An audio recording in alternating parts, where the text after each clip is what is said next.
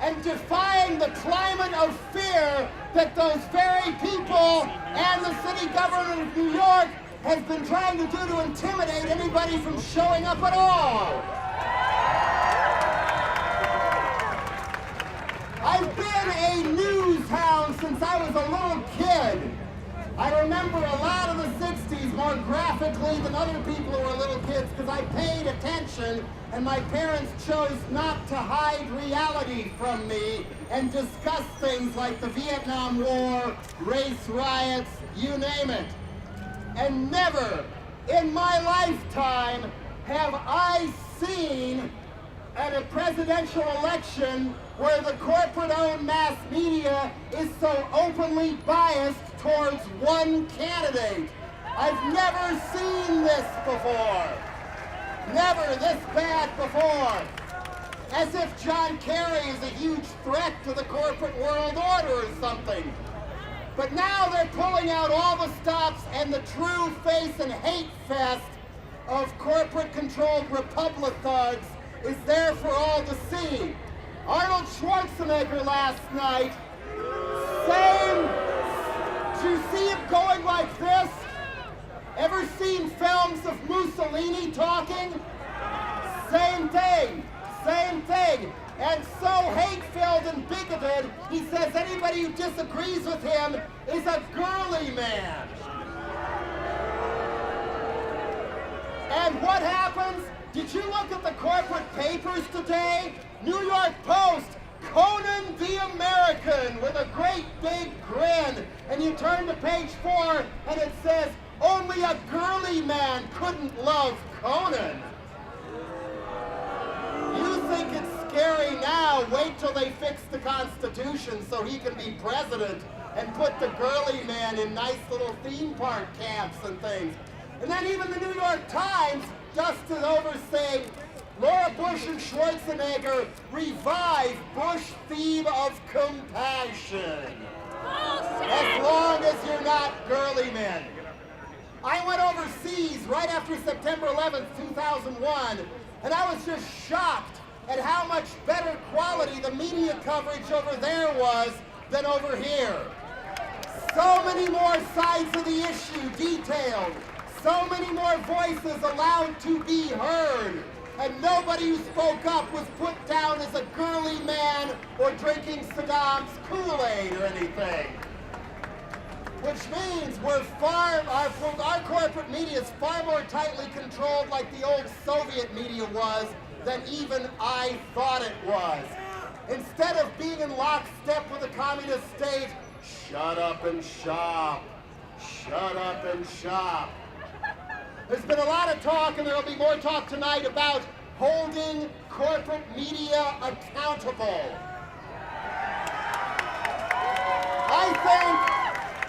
I think we have to look beyond that, because in this day and age, when their board of directors interlocks with people who sell bombs, nuclear weapons, and junk food on a daily basis, we've got to look beyond that and move around corporate media completely. As I've said so many times, don't hate the media, become the media.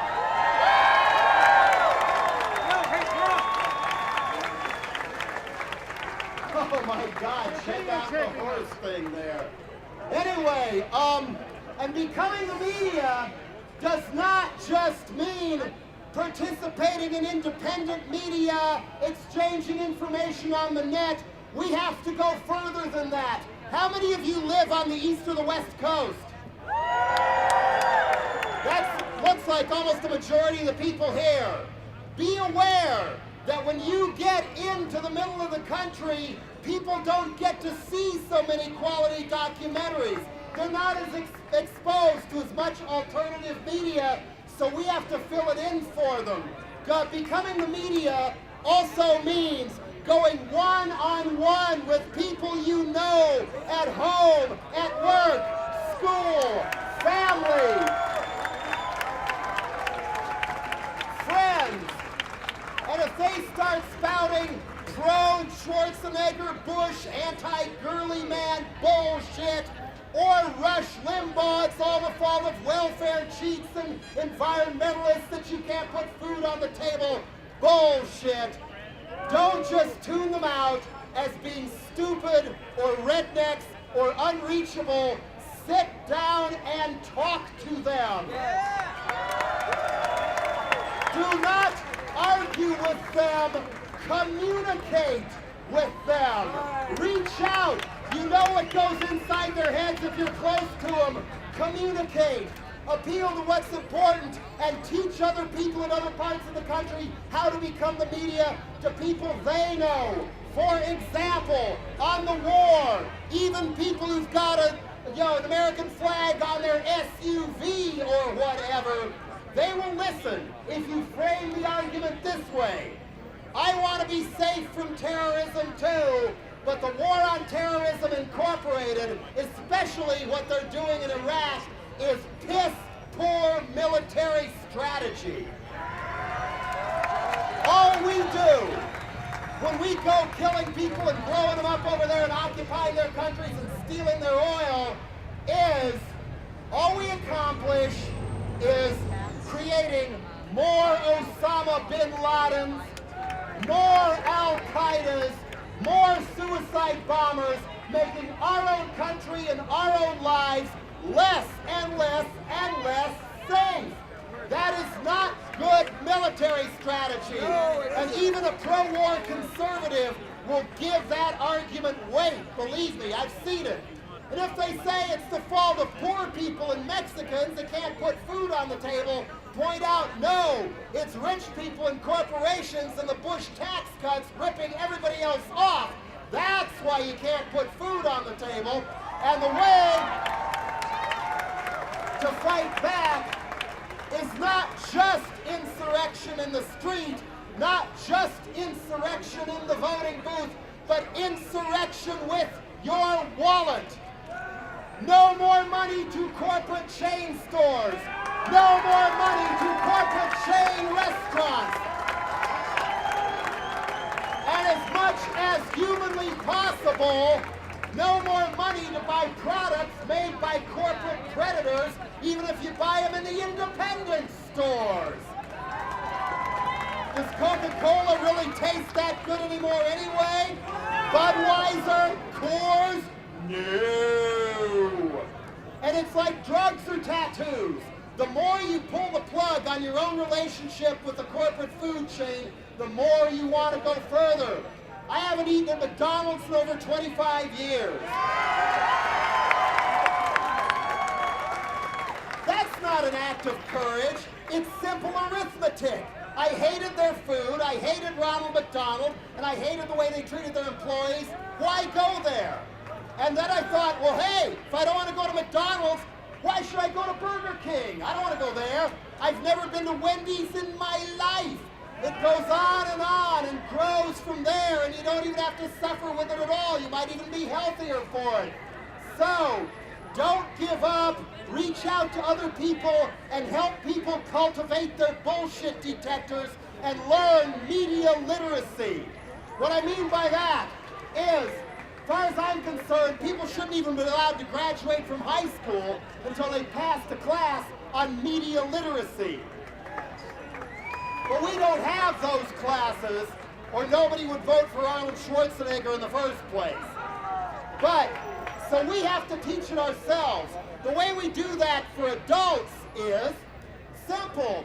You just, if you see something on the news, see something in print that is obviously a lie, or obviously propaganda, or obviously a photograph doctored in Photoshop, where the shadows don't match, or the protest signs are all in English in a country that doesn't even use our alphabet, it's obviously been changed. Point this out to people. Get them to laugh at it with you, because once the mirage is broken and their brain is cracked open, they will never totally trust CNN or Fox News again. And with kids, it's even more important with kids. In the days when they're just bombarded with products and branding and everything else, it was easy in my family just watching my dad laugh at or yell at all the ads on TV. And finally he told me, son, you know that woman jumping up and down on TV because she's so excited about detergent? She's not really that excited. Detergent is not exciting. That I understood. This is just an actress hired by a detergent company to sell you detergent, and it might not even be good detergent. And I applied that logic to school, to the media, to my family, which led to some nasty times, but I have no regrets. This is how we can educate people, because as soon as the corporate media doesn't have anybody believing them anymore, they've lost. And it's up to us to make that education becoming the media one-on-one happen for the rest of our natural lives. Thanks for listening. Don't give up. And don't believe the hype. We are patriotic too, because we're the ones who care enough about our country to challenge our government and our corporate media when they lie like fuck and break the law again and again and again and again and again.